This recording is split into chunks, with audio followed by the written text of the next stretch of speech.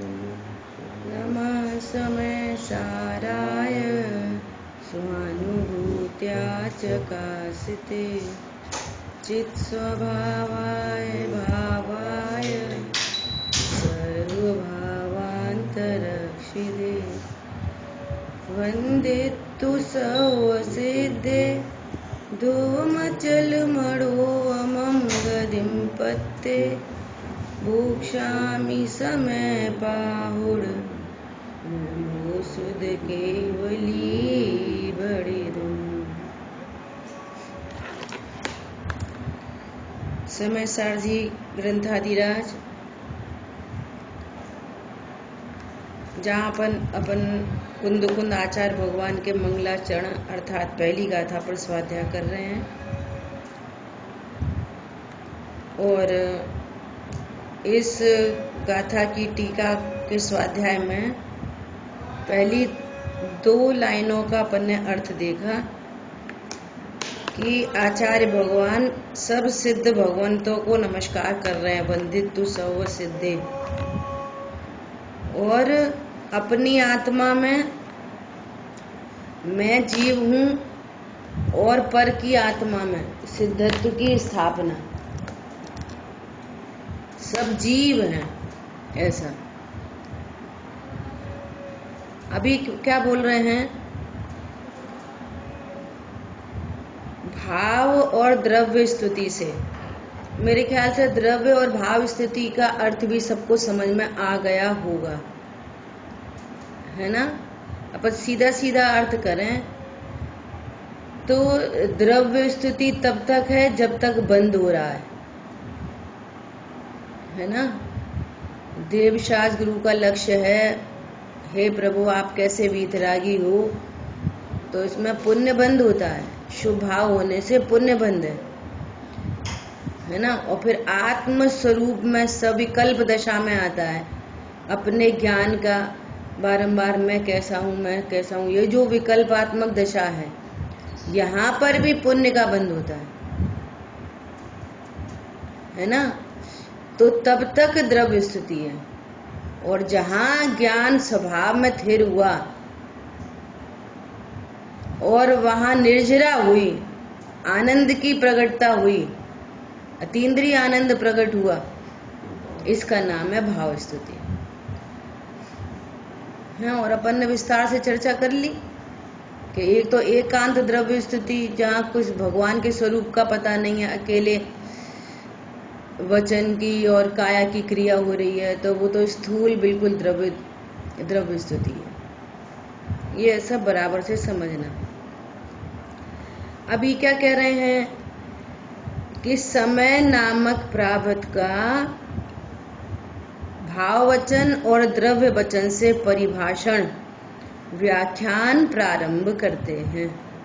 ये समय सार जो ग्रंथ है, इसका मैं भाव वचन, ये भाव वचन द्रव्य वचन क्या है कि ये जो ताड़ पत्र पे जो लिख रहे हैं, ये है द्रव्य वचन, और परिणाम है जो लिखने का विकल्प है, समय सार लिखने का विकल्प, वो विकल्प है भाव वचन। अंतरंग में विकल्प चल रहे हैं ना, ये भाव वचन, और जो ताड़ पत्र पे लिखा जा रहा है ये द्रव्य वचन। भाव और द्रव्य वचन से परिभाषण व्याख्यान करते हैं। इस प्रकार श्री कुंद आचार्य देव कहते हैं, अभी सुनना, बहुत बढ़िया चर्चा है। वे सिद्ध भगवान सिद्धत्व के कारण, वे सिद्ध भगवान जिनकी पर्याय में सिद्धत्व प्रकट हुआ है, अनंत गुणों की शुद्ध पर्याय जो प्रकट हुई है, इस सिद्धत्व के कारण साध्य जो आत्मा उसके प्रतिछंद के स्थान पर है।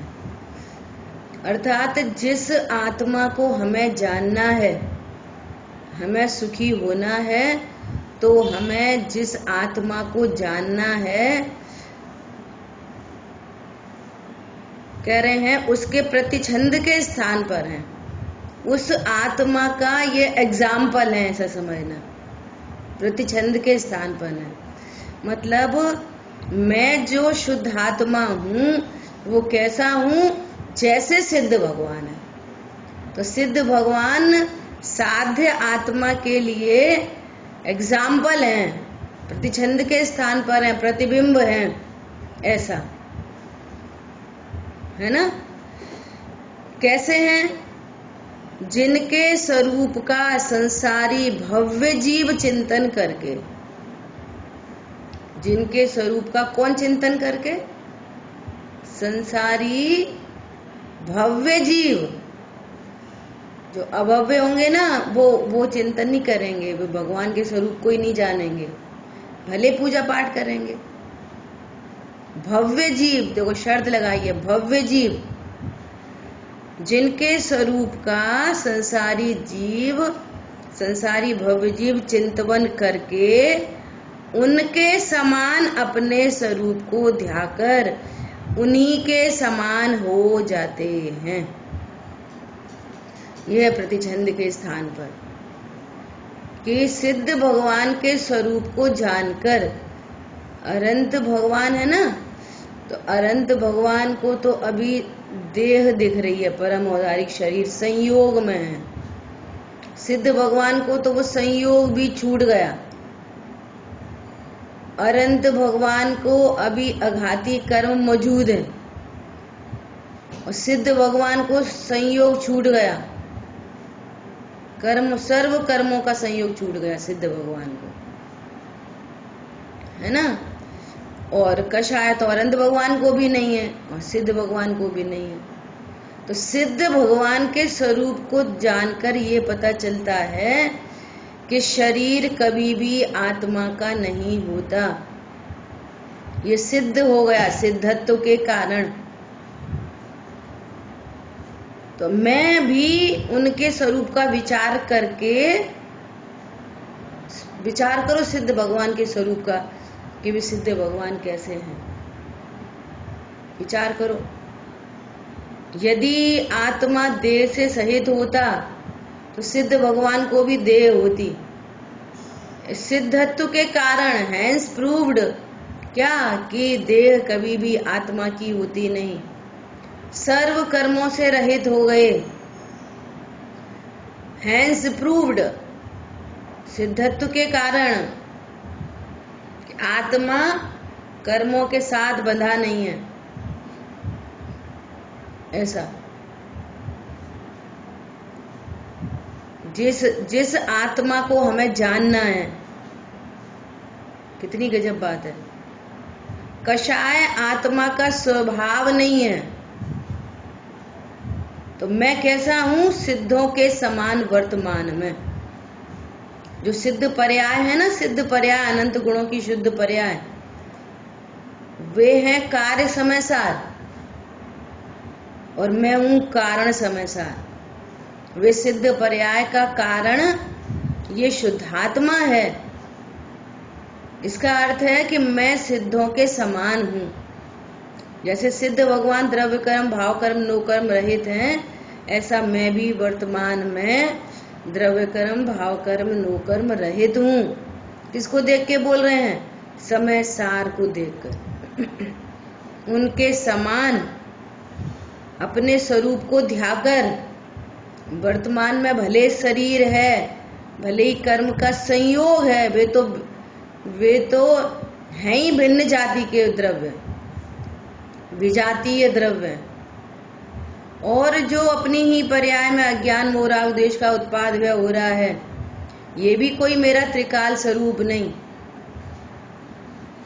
भले वर्तमान में अज्ञान मोह राग द्वेष है, लेकिन मैं समय सार हूं। भले जानने वाली पर्याय है, लेकिन मैं तो जाननहार हूं। मैं कौन हूं? मैं जानने वाला हूं कि समय सार हूं। कौन हूं मैं? मैं समय सार हूं। जानने वाली एक समय की पर्याय है और मैं त्रिकाली ध्रुव हूं, है ना। तो उनके स्वरूप को ध्याकर फिर क्या होता है? मतलब मैं आज तक इस ज्ञान ने मैं समय सार हूं ऐसा नहीं जाना तो अनंत कर्मों का बंध हुआ। तो अब मैं आत्मा हूं ऐसा जानता हूं, ऐसा जानूंगा तो अनंत कर्मों की निर्जरा नहीं होगी। बोलो, समय सार हूं ऐसा नहीं जाना तो अनंत कर्म का बंध हुआ, और समय सार हूं ऐसा जाना तो अनंत कर्मों की निर्जरा हुई। वो कारण मिटा तो कार्य भी मिट गया। ऐसा तो फिर क्या हुआ कि कर्म, इधर अज्ञान मोह राग द्वेष मिटा, परिणाम मिटे, तो उनके निमित्त से होने वाले जो कर्म बंधन था वो मिटा, और कर्म मिटा तो फिर गतियां मिट गई। ऐसा तो फिर धीरे धीरे जो 4 प्रकार की कषाय हैं, 4 प्रकार की चट्टान बंधी हुई है कर्मों की, कषाय मिटी, अनंतानुबंधी कषाय मिटी तो चट्टान मिट गई कर्म, है ना। तो उस संबंधी जो 9 कर्म मिलता था वो मिट गया, दूसरी कषाय मिटी, तीसरी कषाय मिटी, चौथी कषाय मिटी। इस ज्ञान स्वरूपी भगवान आत्मा के आश्रय से सर्व कषाय का अभाव होता है, सर्व कर्म प्रकृतियों का क्षय होता है, तो 9 कर्म का भी अभाव हो जाता है ना। ऐसा तो उनके स्वरूप को ध्याकर उन्हीं के समान हो जाते हैं भव्य जीव। उनके जैसा मेरा स्वरूप है ना, तो उनके समान हो जाते हैं। ऐसा और चारों गतियों से विलक्षण पंचम गति मोक्ष को प्राप्त करते हैं। 4 गतियां है ना, जो 4 गति से विलक्षण, भिन्न लक्षण वाली, विशेष लक्षण वाली है पंचम गति।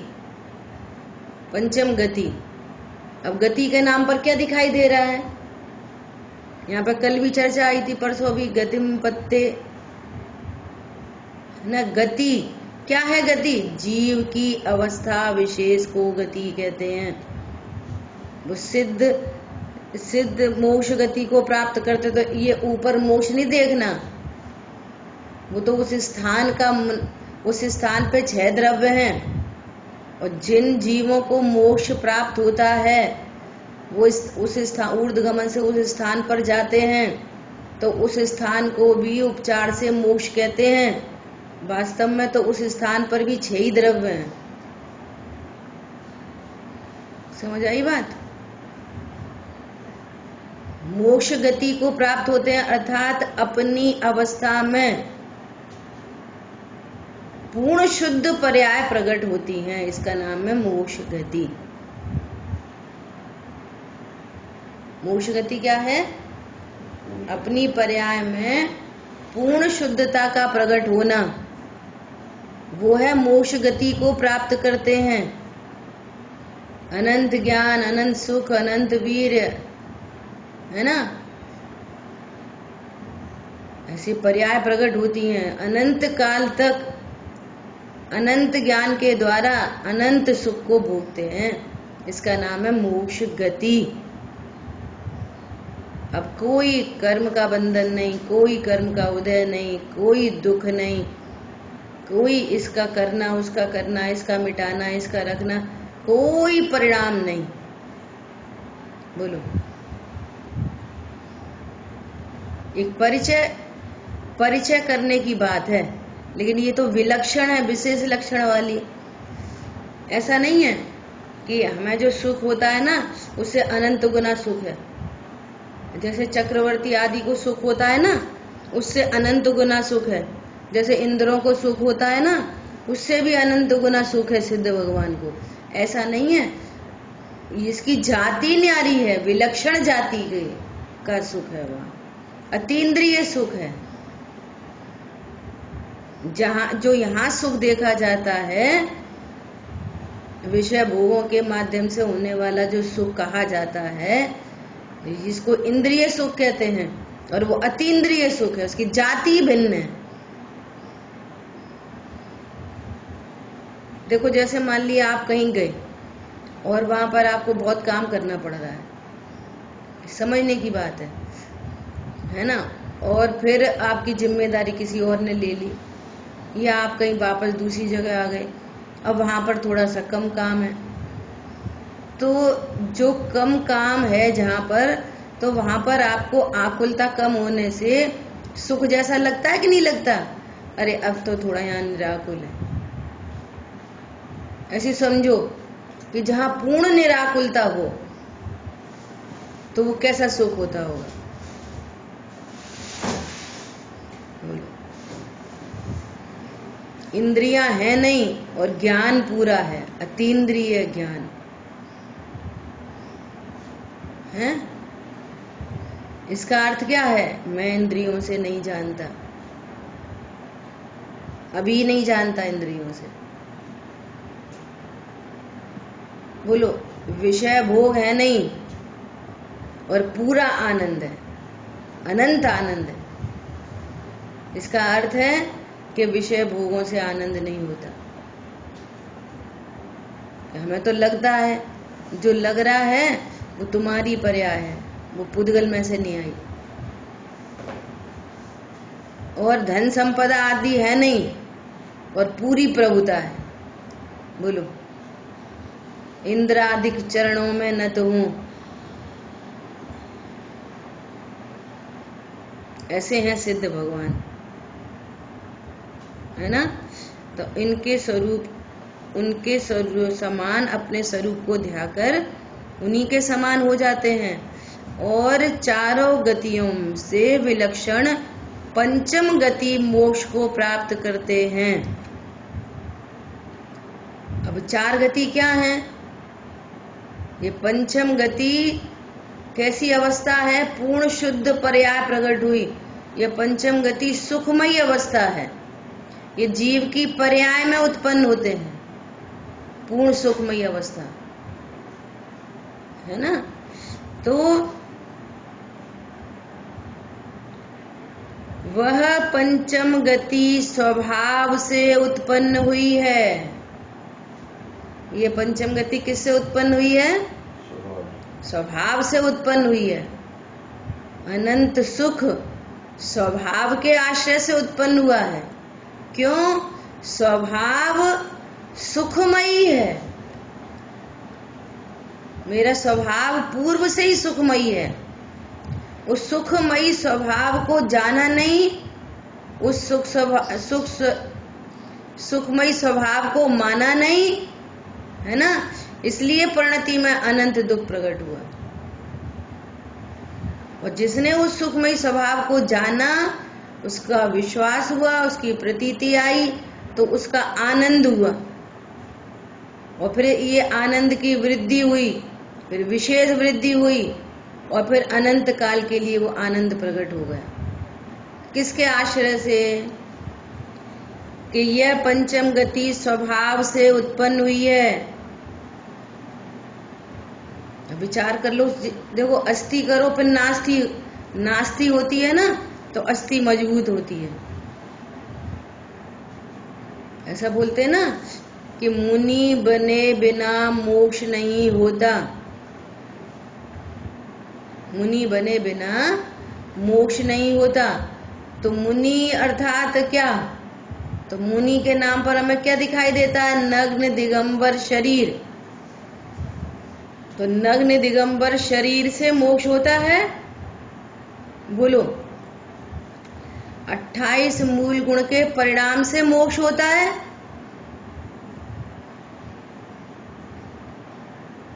नग्न दिगंबर हो और 28 मूल गुण हो तो उससे मोक्ष हुआ।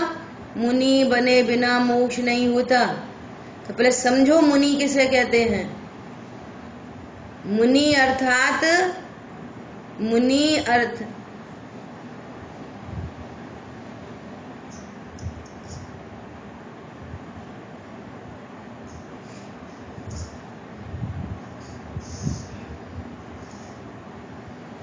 राखी, म्यूट करो आपका फोन। शांतनु म्यूट करो।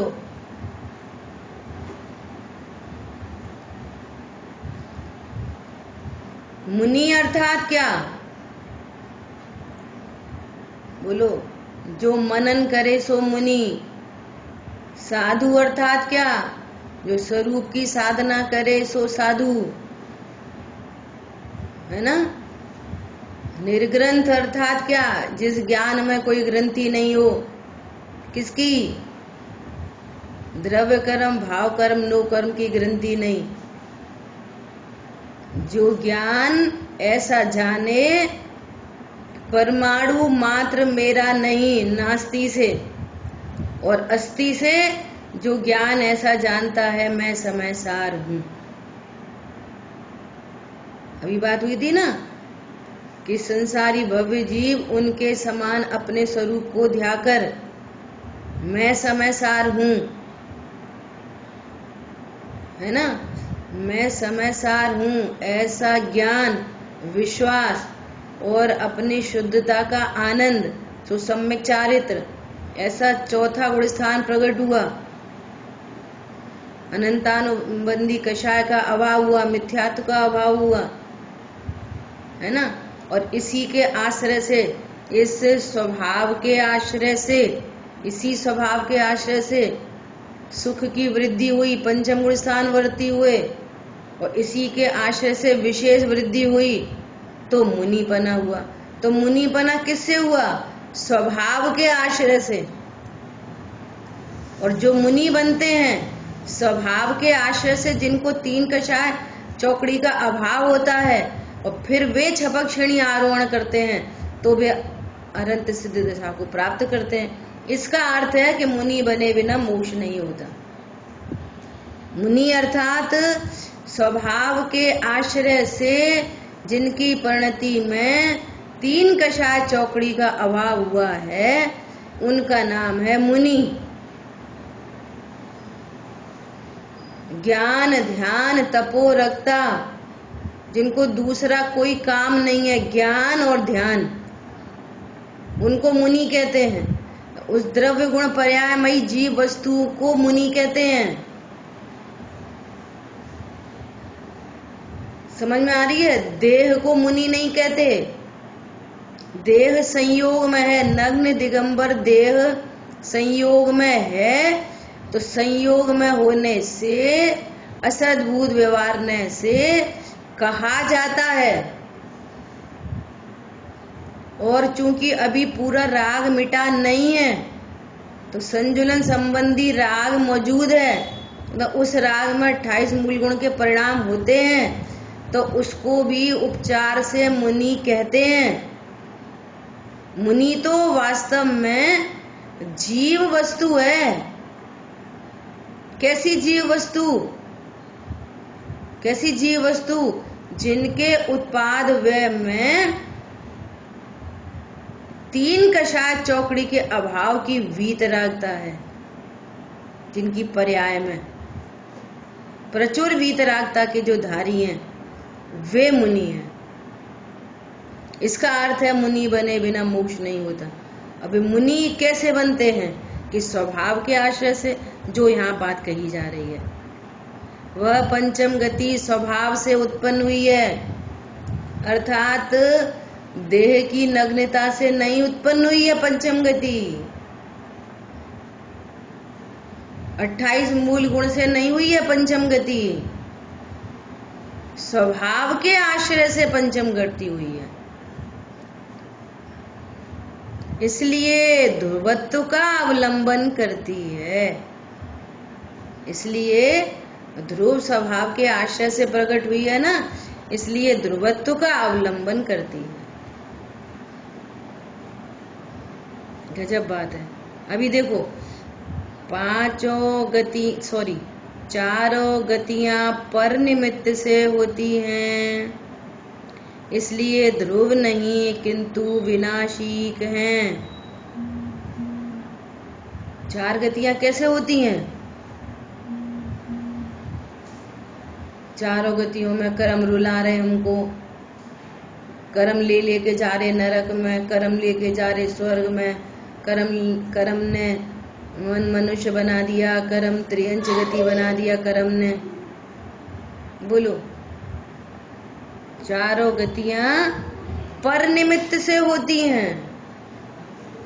कर्म ने चारों गतियों में भेजा है तो कर्म कैसे बंधे हैं? कर्म कैसे बंधे? भूल आपको भ्रमतिवादी। चारों गतियां स्वभाव को भूलने से प्रकट होती हैं। अपने स्वभाव को नहीं जाना तो चार गतियां होती हैं। देखो, मैं वर्तमान में सिद्धों के समान अभी अशरीरी हूं और फिर अपने को शरीर वाला जाना। अभी मैं संयोगों से रहित हूं, मेरे संयोग हैं, अच्छे हैं, बुरे हैं, संयोग वाला जाना। अभी मैं कषायों से रहित हूं और अपने को कषाय वाला जाना। मेरे परिणाम अच्छे हैं, मेरे परिणाम खराब हैं, मुझे परिणाम बिगाड़ने हैं, मुझे सुधारने हैं। अभी मैं इनसे रहित हूं और फिर भी वो ज्ञान इनसे सहित जानता है, तो ये अज्ञान और मिथ्यात्व। समझ आई बात? और इससे क्या हो रहा है? कषाय उत्पन्न हो रही है, राग उत्पन्न हो रहा है। तो राग को निमित्त पाकर फिर कर्म का संचय हो रहा है। कर्म का संचय हो रहा है तो फिर चार गतियां हो रही हैं। अशरीरी होने पर भी अपने को शरीर वाला जानना, इससे शरीर मिलता है और फिर जैसे परिणाम हो, है ना, वैसा शरीर मिलता है। ऐसी बात है। पर निमित्त से होती हैं।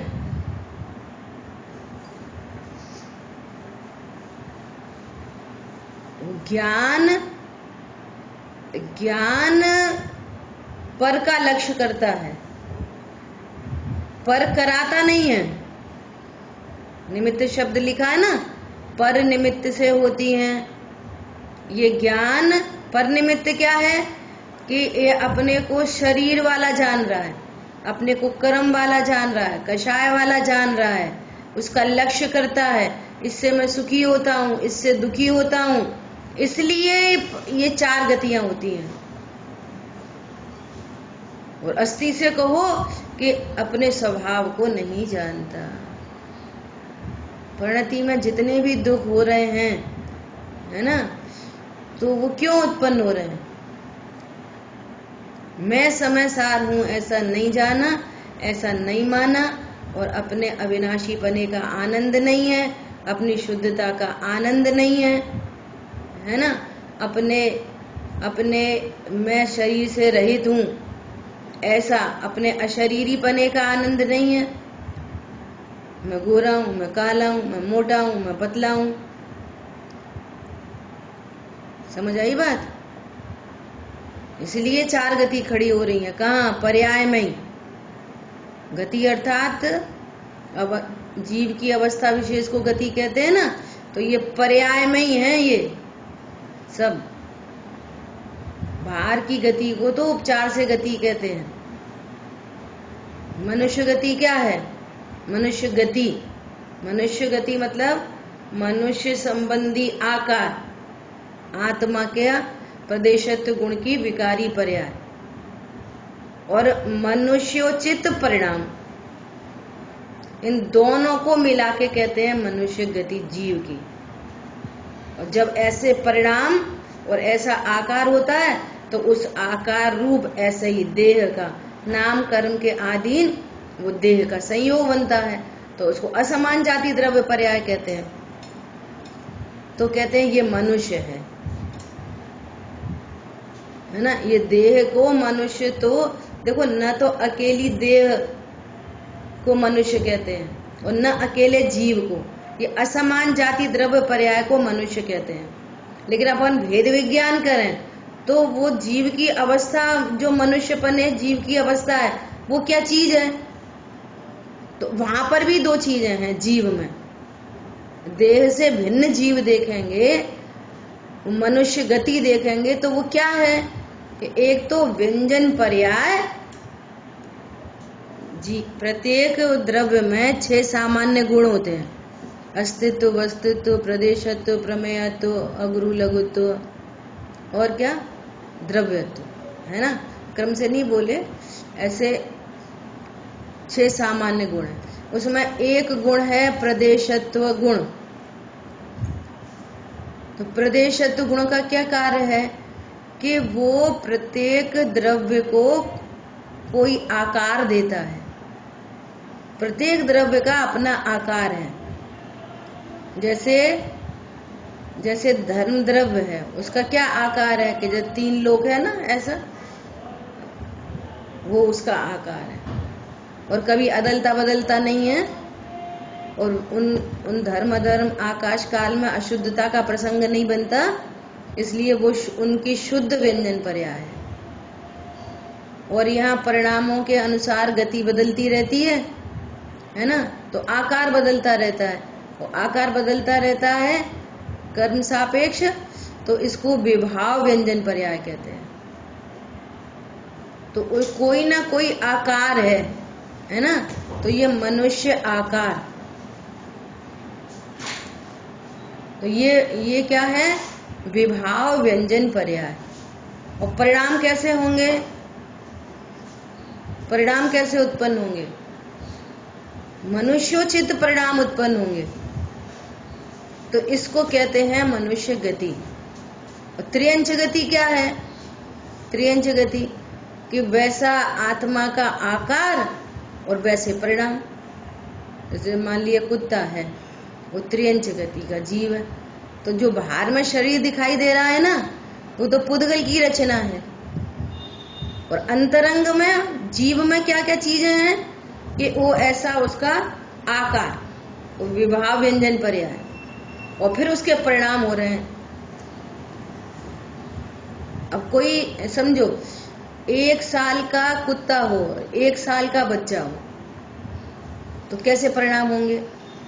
जो मनुष्य का बच्चा है उसको मनुष्य जैसे परिणाम होंगे। त्रियंच गति का जीव है तो उसके उस जाति के परिणाम होंगे। परिणाम मतलब उसके चारित्र गुण की विकारी पर्याय, अज्ञान, मोह, राग, द्वेष। उस त्रियंच गति के कुत्ते में भी है जीव, देखो तो एक आकार है, कुत्ते संबंधी आकार, और वहां अज्ञान, मोह, राग, द्वेष। मनुष्य का बच्चा है तो वहां पे आकार और अज्ञान, मोह, राग, द्वेष। तो ये जो राग द्वेष की परिणति है ना, उसमें कैसे भाव होंगे, खाने पीने, उठने बैठने, रोने झगड़ने के सब कैसे परिणाम होंगे, मनुष्य जाति के। और उसको कैसे परिणाम होंगे, वो कैसे खाएगा, कहीं भी पानी पी लेगा, गंदी नाली का, जीभ निकाल के चाट के खाएगा। और मनुष्य का बच्चा होएगा छोटा ही, वो कैसे खाएगा, ऐसा विचार करना है ना। ऐसे ही देव गति, नरक गति, तो ये जीव की अवस्था देखना, उनको शरीर से नहीं देखना। जीव की बात चल रही है ना। ये है चारों गतियां पर निमित्त से होती हैं। तो वो मनुष्य संबंधी पर्याय वो कैसे उत्पन्न हुई, पर निमित्त से, पर का लक्ष्य करने से। अपने को पर लक्ष्य क्या है कि मैं शरीर हूं, मैं कर्म वाला हूं, मैं संयोग वाला हूं, मैं कषाय वाला हूं, बस मैं समय सार नहीं हूं, बाकी सब हूं। जो वास्तव में हूं उसे नहीं जाना, तो ये 4 गतियां खड़ी होती हैं। तो ये पर निमित्त से होती हैं, पर लक्ष्य करने से होती हैं, अपने को समय सार नहीं जाना इसलिए होती हैं। और पंचम गति कैसे होती है कि मैं समय सार हूं, ऐसा जानने पर, ऐसा विश्वास करने पर पंचम गति होती है। ये स्वभाव से प्राप्त होती है, पर निमित्त से नहीं होती। अब देख लो किसको कौन सी गति चाहिए। 4 गति चाहिए। 4 गति ऐसे कहते 4 गतियों में दुख है, तो वो कहाँ पर दुख है, नरक में दुख है। नरक में दुख लटक रहा है। नीचे की जो पृथ्वियां है ना, अधोलोक, जिसमें 7 पृथ्वी है, तो वहां पर 7 नरक है ना। तो वहां पे उनमें क्या भरा है, दुख भरा है। दुख किसकी पर्याय है? दुख दुख छह द्रव्यों की पर्याय है। नरक में क्या है? छह द्रव्य। देखो ये कॉन्सेप्ट समझना, समझ लो, बहुत आनंद का मार्ग है ये। नरक में दुख है, नरक में छह द्रव्य हैं। पंडित साहब ने वह प्रश्न किया कि बोलो नरक को जानते हो? हाँ, सब जानते हैं, नरक को जानते हैं। कितने नरक होते हैं? कि 7 नरक होते हैं। सुनना ध्यान से बहुत। उनमें सब प्रतिकूलता बढ़ती चली जाती है, ऐसी 7 पृथ्वियाँ होती हैं, बहुत ठंड पड़ती है, बहुत गर्मी पड़ती है, बैतरणी नदी बहती है ना। ऐसे वृक्ष हैं जिन वृक्षों में पत्ते हैं ना बिल्कुल तलवार जैसे पत्ते में गिरते हैं तो शरीर के खंड खंड हो जाते हैं। वहाँ पे आपस में लड़ते झगड़ते रहते हैं, तिल तिल करें देह के खंड। पॉइंट समझ में आया? ये नरक है, ऐसे नरक होते, हम जानते हैं नरक को। ये क्या हुई? ये नरक संबंधी नॉलेज हुई, लेकिन ये इससे प्रयोजन परक नॉलेज नहीं हुई है। इससे आपका प्रयोजन नहीं सदा। किसका प्रयोजन? भेद विज्ञान का। नरक के स्वरूप को समझने से भी भेद विज्ञान का प्रयोजन सदता है कि हाँ सदता है। कैसे? कि नरक में 6 द्रव्य हैं। नरक में क्या है? 6 द्रव्य हैं। कि नरक में दुख है, नरक में 6 द्रव्य हैं। फिर जो जीव अपने स्वरूप को नहीं जानकर बहुआरंभ परिग्रह के जिसको परिणाम होते हैं, ऐसे परिणामों को भोगने का स्थान है वो। वहां दुख नहीं है। अपने को नहीं जाना और फिर बहुआरंभ परिग्रह की लड़ाई, तीव्र कषाय के परिणाम, ऐसा जीव वहां नरक के क्षेत्र में जाता है। परंतु उस क्षेत्र में सिर्फ 6 द्रव्य हैं। अब चूंकि वो अपने को ज्ञान स्वरूपी भगवान आत्मा नहीं जानता, पर लक्ष्य से वो गति उत्पन्न हुई, तो वहां पर भी पर लक्ष्य करके इसके परिणाम में दुख उत्पन्न होता है। नरक में दुख नहीं है। यदि नरक में दुख हो तो सब जीव वहां दुखी हो, परंतु चिन्ह मूरत द्रगधारी की मोह रीत लगत है अटापटी। बाहर नारक कृत दुख भोगे, अंदर सुखरस घटा घटी।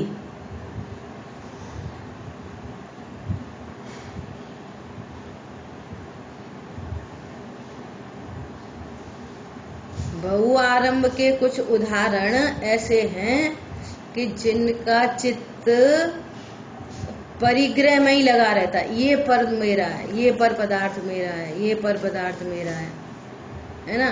ऐसा आरंभ मतलब कि ऐसा करो, ऐसा नया काम करो, ऐसा नया काम करो। हर समय 24 घंटे पर पदार्थों से मैं सुखी दुखी होता हूँ, मैं सुखी होता हूँ, उनको अधिक से अधिक संचय करने का परिणाम। 6 फैक्ट्रियां हैं, 7 फैक्ट्रियां हैं, 1 फैक्ट्री और लगाओ, तो वो स्टार्टिंग उसका आरंभ करना पड़ता है ना। और काय के लिए? जितने ज्यादा बाह्य संपदा होगी उतना ज्यादा मैं सुखी होऊंगा। तो उसका ज्ञान हर समय परिग्रह आसक्त होता है, हर समय 24 घंटे। ये आरंभ का, बहु आरंभ का। जो चीजें अपने काम की नहीं, ऐसे लोग होते हैं ना, उनको भी संचय करने का परिणाम। सब चीजें संचय करके रखो, काम आएंगी काम आएंगी। अपने स्वरूप को तो जानता नहीं है कि ये पर पदार्थ मेरे काम आते हैं कि नहीं आते। ये परिणाम है। आरंभ परिग्रह एक परिणाम है, जिसके फल में ये ऐसी जगह जाता है। वो स्थान है, नरक एक स्थान है और विश्व में जितने भी स्थान है वहां पर 6 द्रव्य हैं। और सुख दुख जीव की पर्याय है, सुख दुख स्थान की पर्याय नहीं है, सुख दुख पुद्गल की पर्याय नहीं है। वे स्वयं सुख रहित, वे स्वयं दुख रहित, दुख न उनका मरम, सुख न उनका मरम, दोनों चीजें लगाओ। 6 द्रव्यों में कौन से द्रव्य की पर्याय है सुख दुख रूप? कि जीव द्रव्य की पर्याय है। एक बार दूसरे जीव द्रव्य में दुख उत्पन्न हुआ तो उसकी पर्याय से मुझे दुख नहीं होता। इसलिए 6 द्रव्य, 5 द्रव्यों में तो सुख दुख की पर्याय नहीं है, लेकिन अन्य जीव की दुख की पर्याय से मैं दुखी नहीं होता।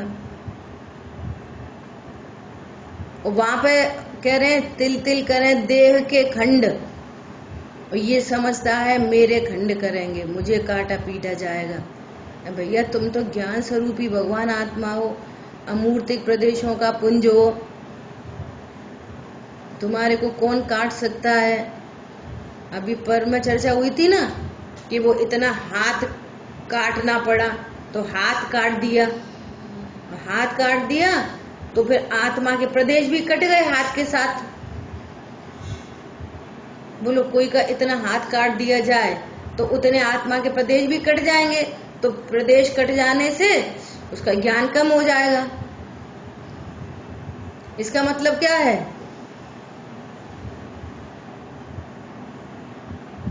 आचार्य भगवान ने पंचास्तिका ग्रंथ में नीलमणि का उदाहरण दिया है। दूध उफना तो वो नीलमणि ऐसा पूरी उतने में दिखाई देती है, और जो दूध नीचे गिर गया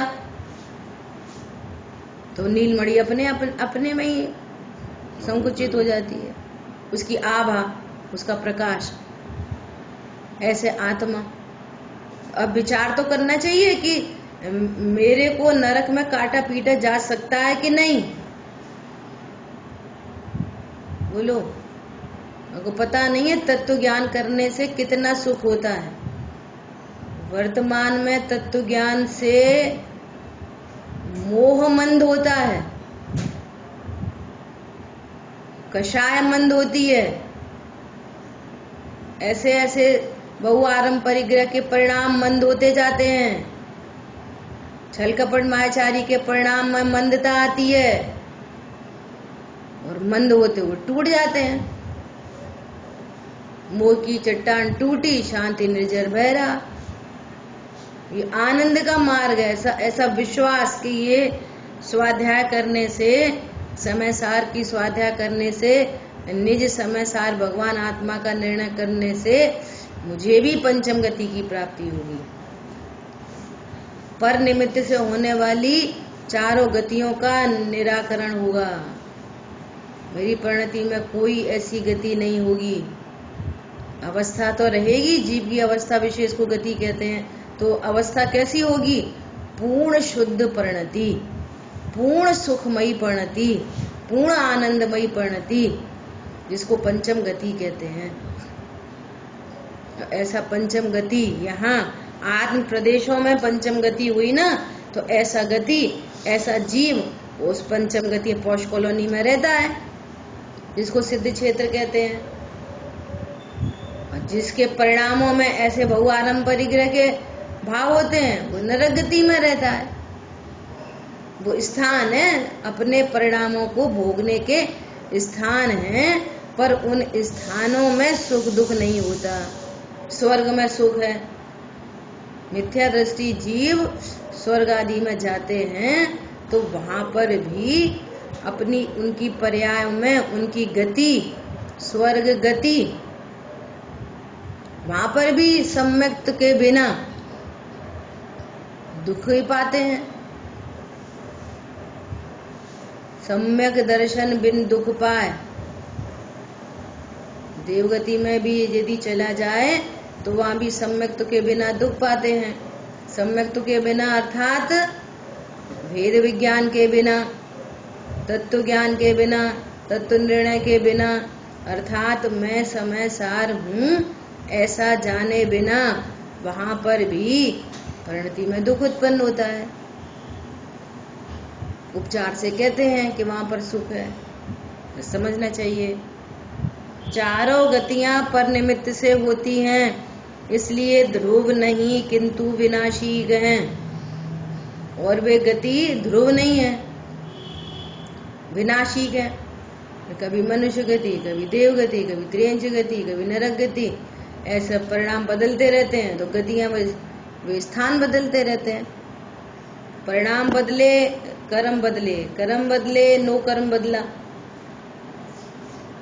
तो ये जो जिनको कहा जा रहा है ना नरक गति, ये नो कर्म है। वहाँ कर्म वैसे बंधन हो रखा है, कर्म का उदय, और उससे पूर्व में भाव कर्म है, ऐसे गतियां प्राप्त होती हैं। तो क्या कह रहे हैं, ये विनाशीक हैं। हम तो स्वर्ग में रहेंगे, ऐसे परिणाम करो दया दान के तो स्वर्ग में रहेंगे। भैया स्वर्ग में रहेंगे तो स्वर्ग भी विनाशीक है। स्वर्ग भी कैसा है, कैसी गति है, विनाशीक है। क्यों, पर निमित्त से हुई है, पर निमित्त विनाशीक है। जो कर्म का संचय हुआ वे भी विनाशीक है, वे कर्म भी ध्रुव नहीं है, और उनके निमित्त से जो गतियां इधर जिनको बाह्य गति कहते हैं वे मिलती हैं, वे भी विनाशीक है। लेकिन ध्रुव स्वभाव के से उत्पन्न होने वाली जो पंचम गति है वो विनाशीक नहीं है, वो अविनाशी है, अर्थात वो ध्रुव है। इसलिए उस गति का नाम ध्रुव दिया। ध्रुव अचल और अनुपम। वो पंचम गति सिद्ध गति कैसी है, ध्रुव है। सिद्ध गति अर्थात शुद्ध पर्याय, जो शुद्ध पर्याय प्रकट हुई वो कैसी शुद्ध पर्याय है। देखो एक नया वर्ड आपके लिए होगा कि पर्याय में उत्पाद व्यय हो रहा है ना, नरक गति का उत्पाद, और मान लिया पूर्व मनुष्य था तो मनुष्य गति का व्यय और नरक गति का उत्पाद। मनुष्य गति विनाशी है ना, अब नरक गति का व्यय और त्रियंच गति का उत्पाद, त्रियंच गति का उत्पाद। अब ईमानदारी बताना क्या दिखाई दे रहा है नरक गति में और त्रियंच गति में। वही जो इसने नरक की जो कर रखी होगी कल्पना, बोल में नरक दिख रहा है, और त्रियंच गति में जो मकड़ी ये सब दिखाई दे रहे हैं, जंगल वंगल। ये स्थान नहीं देखना, परिणाम, उन परिणामों का व्यय और ऐसे परिणाम का उत्पाद। तो फिर वो गति, उसको उपचार से गति कहते हैं। वैसी देह मिल जाती है, वैसा स्थान मिल जाता है ना। तो इनमें क्या चल रहा है, पूर्व का व्यय नवीन उत्पाद, फिर इसका व्यय फिर नवीन उत्पाद, है ना, और भिन्न उत्पाद, ऐसा चल रहा है। लेकिन ये जो पंचम गति है सिद्ध पर्याय, ये कैसा उत्पाद है, यहाँ पर भी उत्पाद व्यय हो रहा है, लेकिन सिद्ध पर्याय का व्यय, फिर नई सिद्ध पर्याय उत्पन्न हुई, फिर ये सिद्ध पर्याय का व्यय, फिर दूसरी सिद्ध पर्याय उत्पन्न हुई। तो ये जो पर्याय उत्पन्न हो रही है ना, ये वैसी की वैसी उत्पन्न हो रही हैं। तो इसको क्या बोल रहे हैं, व्यय रहित उत्पाद। वहां पे व्यय हो रहा था मनुष्य गति का व्यय और देवगति का उत्पाद, तो दूसरी जाति का व्यय और दूसरी जाति का उत्पाद। लेकिन यहाँ पे तो एक जैसा व्यय और एक जैसा उत्पाद, तो इसको क्या बोलते हैं, व्यय रहित उत्पाद। ऐसा उत्पाद हो रहा है, वैसा का वैसा। इसलिए उसको क्या कह रहे हैं कि ये पंचम गति ध्रुव है। जैसा त्रिकाली ध्रुव भगवान आत्मा समय सार सदा एक रूप रहता है, अदलता बदलता नहीं है, ऐसी ही ये पंचम गति अर्थात सिद्ध पर्याय अर्थात पूर्ण शुद्ध पर्याय हर समय वह नई तो उत्पन्न होती है, परंतु वैसी की वैसी उत्पन्न होती है।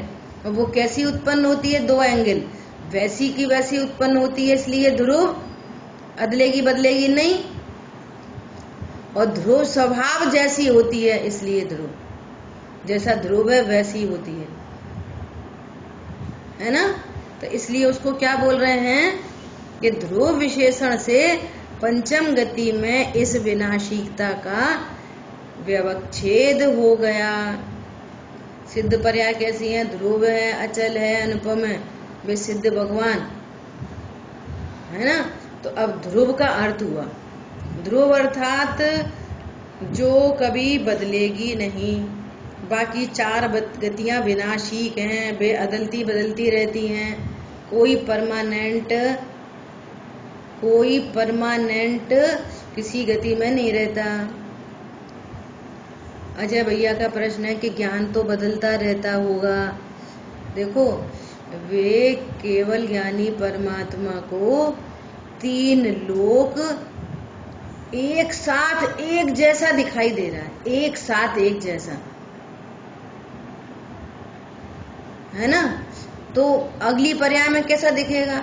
वैसा का वैसी तीन लोग, पर सापेक्ष बात करें और अपना बात करें, अपनी पर्याय में क्या उत्पन्न हुआ? अपने अनंत गुण कैसे हैं? Same to same.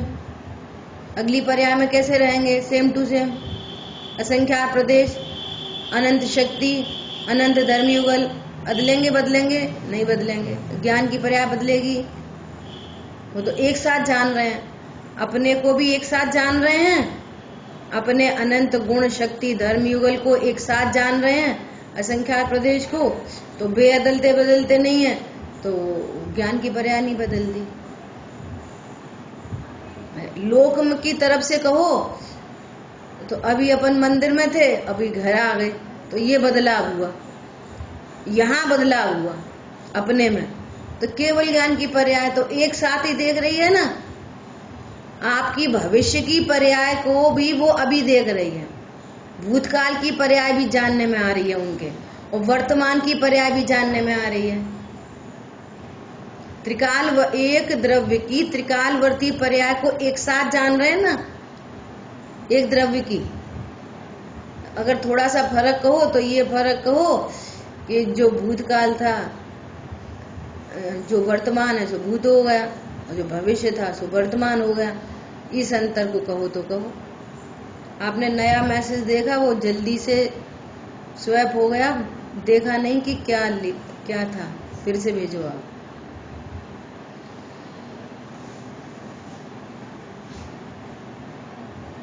हरी बात समझ में? उस एंगल से विचार करो।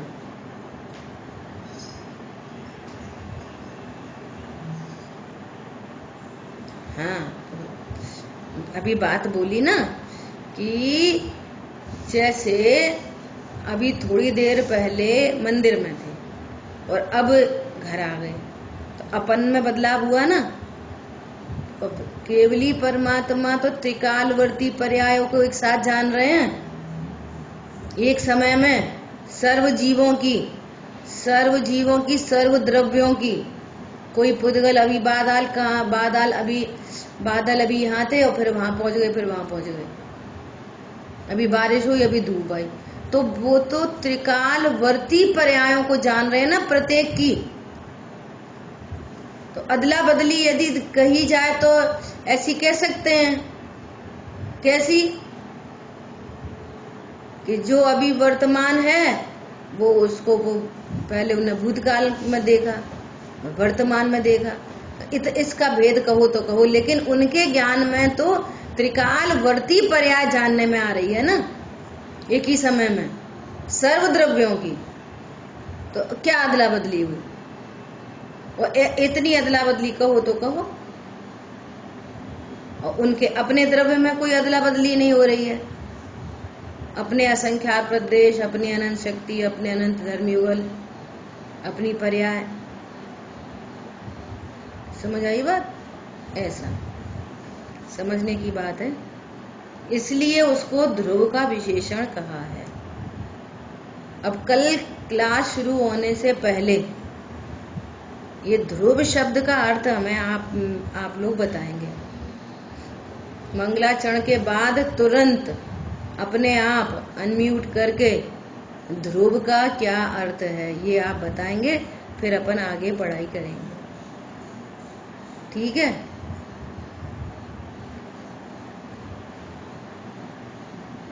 अजय भैया ठीक है।